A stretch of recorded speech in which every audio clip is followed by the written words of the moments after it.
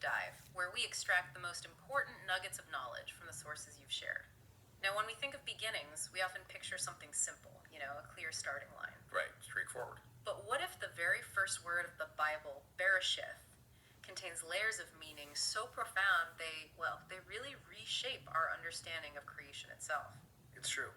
It's fascinating stuff. This isn't just about a clock starting to tick. It's about purpose and design woven right into the fabric of existence from that very first moment. Precisely.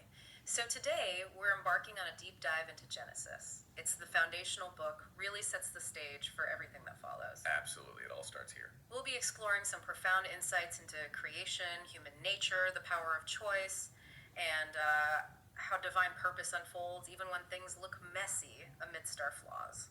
And our mission here is to uncover those aha moments, right? Connecting that ancient wisdom to truths that still resonate today about life, free will. And those often surprising ways destiny unfolds. Yeah. And just a heads up for this dive, we'll be using some of the original Hebrew terms because they offer such rich insight. So you'll hear names like Yahuwah and Yahusha, the Hebrew names for God, and Jesus and Elohim for God. We really find using the original names helps deepen the understanding.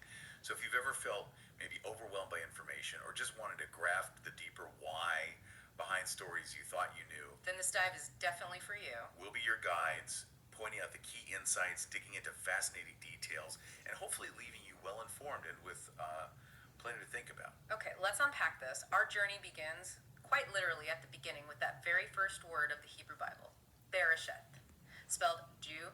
We all know the common translation, in the beginning, but the sources we've looked at show us there's just so much more going on beneath the surface. Indeed. When you break down Bereshith, you've got B, Jew, which means in or with, and Reshith, which translates to beginning or first or even chief. That immediately just expands the whole scope, doesn't it? So it's not just about when things started. Exactly. Bereshith could also mean with wisdom, and there's a strong link there, isn't there, to Proverbs 8.22, where Reshith is connected directly to wisdom. Absolutely. Or even in the first or chief principle. Yeah. It suggests a foundation, a primary plan. And this connects so powerfully to John 1.1. In the beginning was the Word, and the Word was with Elohim, God, and the Word was Elohim. Our sources actually suggest Genesis 1.1 and John 1.1 are like mirrors reflecting each other. That mirroring idea is fascinating. Yeah. Both verses point to a divine reality before creation. Genesis 1.1 is the moment. Order is set in motion. It's the start of creation. Crucially, not the start of Yahuwah, God who is eternal, no beginning. Right, that's a key distinction. Then John 1.1 reveals who that word is, Yahusha, the divine agent through whom all things were made. So it's this unified divine plan right from eternity. And get this, there are even hidden hints in the Hebrew alphabet itself. The first letter of Bereshith is Bet. Which is the second letter of the Hebrew alphabet, not the first, Aleph. Exactly. So why start with the second letter? What's the significance there? Well, this is really insightful.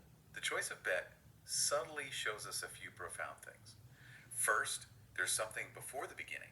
That's Yahweh himself preceding all creation. Okay, makes sense. Second, it signals the story starts with Elohim's purpose, God's plan, not with humanity. It originates from him. And the shape of the letter, too. Yeah, beautifully. The open side of the Bet always points forward. It symbolizes that creation is moving toward a destiny. It's not static, it's unfolding. Wow.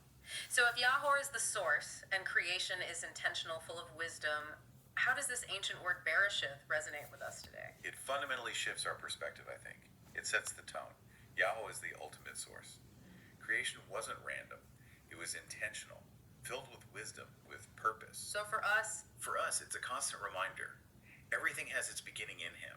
And without him, nothing really holds together. It kind of challenges us, doesn't it? How often do we try to build or understand things apart from their true divine source? That's a powerful thought. Okay, from that cosmic scale, let's zoom right into something incredibly intimate. The creation of humanity. Right, Adam. The Bible says man was formed from dust or clay. And the Hebrew word yatsar isn't just to make. It means to shape, fashion, or mold, like a potter.